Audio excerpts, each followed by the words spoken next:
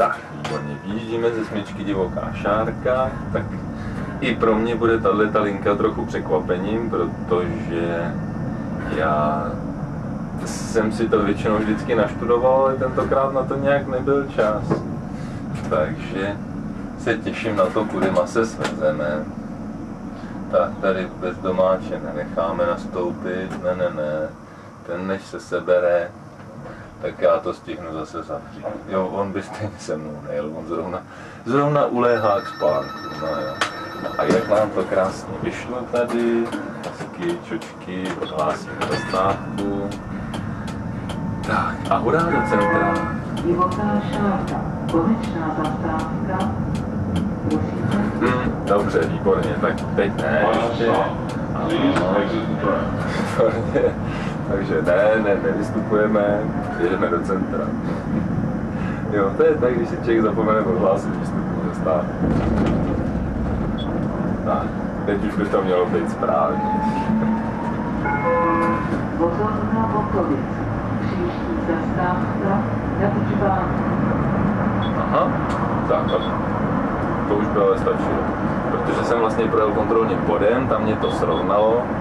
No, ale teprve až teď v podstatě, takže vozovnu Bokovice už máme prohlášenou, šáhat na to nebudu už.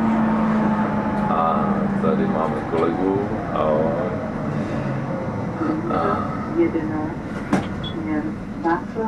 Co to vykládáš furt do té lince 11?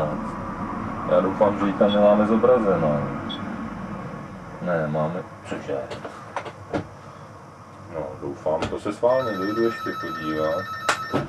Potom na další zastávce, co tam máme zobrazeno.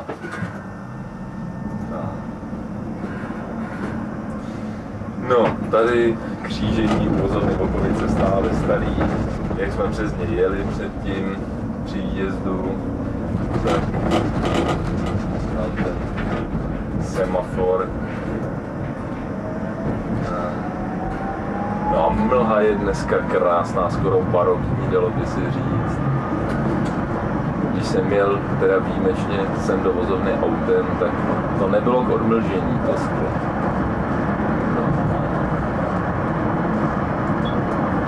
Tady nová zastávka, nebo nový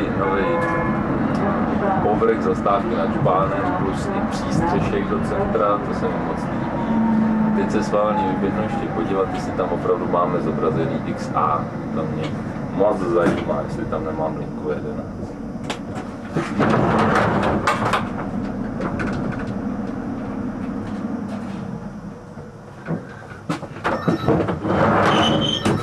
Tak linka XA je tam opravdu zobrazená. To jsem se uklidnil poněkud, to nevím teda, proč to říká linka 11 směr Václavský náměstí, ale s tou 15 to bylo opravdu Renault předtím, no. Jak jsem si to nakódoval. Tady se píše v deskách kód hlásiče, no tak jsem dal kód hlásiče a ono to bylo prostě špatně. To je tak, když člověk je zvyklý, že střídá většinou na odpolední a že ráno už moc nevýjíždí, no tak to pak prostě zapomene to kódování. Ještě, že je to v depu plus minus jedno, že se to dá vždycky nějak opravit. Nesmí s tím člověk vyjet ven, to je pak dušu.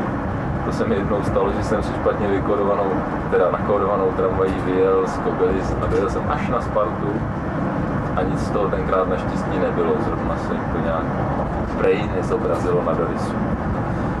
No, tak tady máme omezenou rychlost do 40 kvůli stavu svršku, už je to tady dlouho, v době, kdy jsem dělal kurz, tak tady byly tyhle ty panely starý.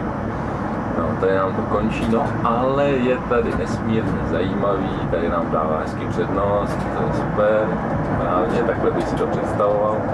Nesmírně zajímavý, jak tady staví metro, udělali tady za týdenní výluku stihli, tady to je jedna ze dvou objížděk, přes kterou jedeme teďka, přeložek teda, abych se správně vyjadřoval.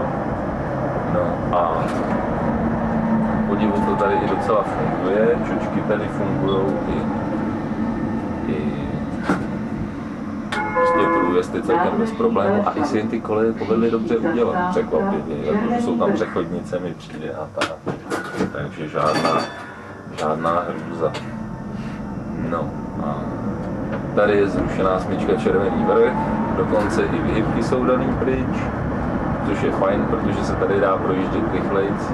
Doufám, že ji obnoví zpátky, podnik v podstatě díky tomu, ale mám pocit, nemusí platit zábor veřejného prostranství, protože je v podstatě na svým.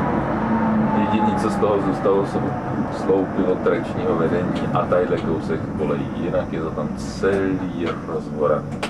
Tak, zastávku odhlásíme, abychom nebyli pozadu, jako při výjezdu. Červený vrch. Příští zastávka, sídliště Červený vrch. Tak, čičky máme na stůj, tady to vždycky dlouho trvá, vždycky to tady dlouho trvalo, žádná preference tady není. Nikdo nám nenastupuje. No, je zelená pro chodci, že jich teď ale pídě, takhle po ránu, v 5:38. No, takže i pro mě teda to XAčko překvapením takovým malým necháme se vést Apexem a uvidíme. To je taková cesta do neznáma, ne, že bych nevěděl, kde je Václavský náměstí.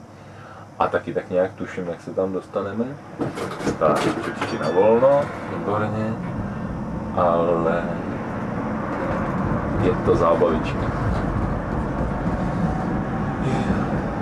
No jinak tady máme vyznačený na kolejích pluspruh do centra, což je dobře, konečně to někoho napadlo, protože jak u té první, tak u té druhé přeložky v podstatě se auta sjíždějí do jednoho pruhu a tam mám dojem, že tam to brzdí i autobusy, ale to si nejsem tak úplně jistý. Každopádně tady se sjíždí auta taky do jednoho pruhu, no a autobusy by tady skutečně byly brzděny. Zase je pravda, že to, co se procpe tam tím úzkým hrdlem, no tak tady už těch aut moc nepřibyde, takže tady už se zase taková kolona netvoří, ale tam je někdy z Veleslavína kolona až na Tučbán, nebo Tučbán.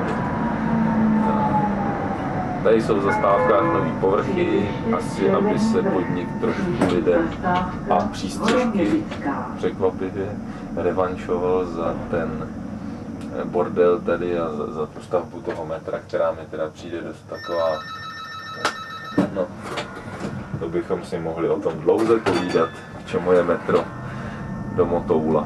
Já si myslím, že to nebyl dobrý krok. Asi tak jako metro do Ládví, potom do Letňan. Spíš bych ho radši viděl v Bohnicích a v tom Soudole. Ale když tady nejíždíme na druhou přeložku, tady je krásně vidět žádný drcnutí, krásně hladce přijedeme, jsou tady i hezky zabetonovaný sloupy, trakční vedení, jeden pruh teda do centra, dva z centra, což je takový zvláštní, ale budíš, tady už máme pruh sami pro sebe, jenom pro tramvaj.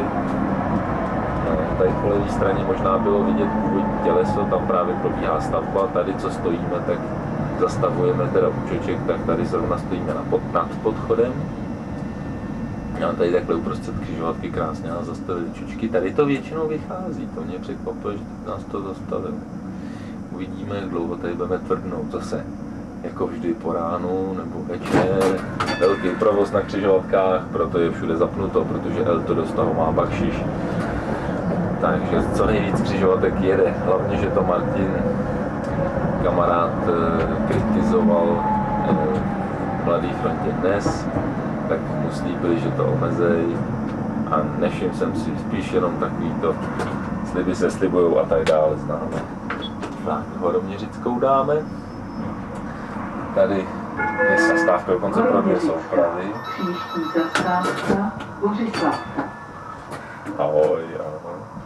Tak a hnedka tamhle máme Bořislavku, to se opravdu, to je snad ještě kratší úsek než mezi vozovnou Strašnice a krematoriem Strašnice mi přijde. Ale tak zase, aby ty lidi se necítili být okradeni na zastávku Horoměřická, tak tady paní si nestihla pěkně. Čočky na volno, to jsem zvědav, jestli nám vydržej.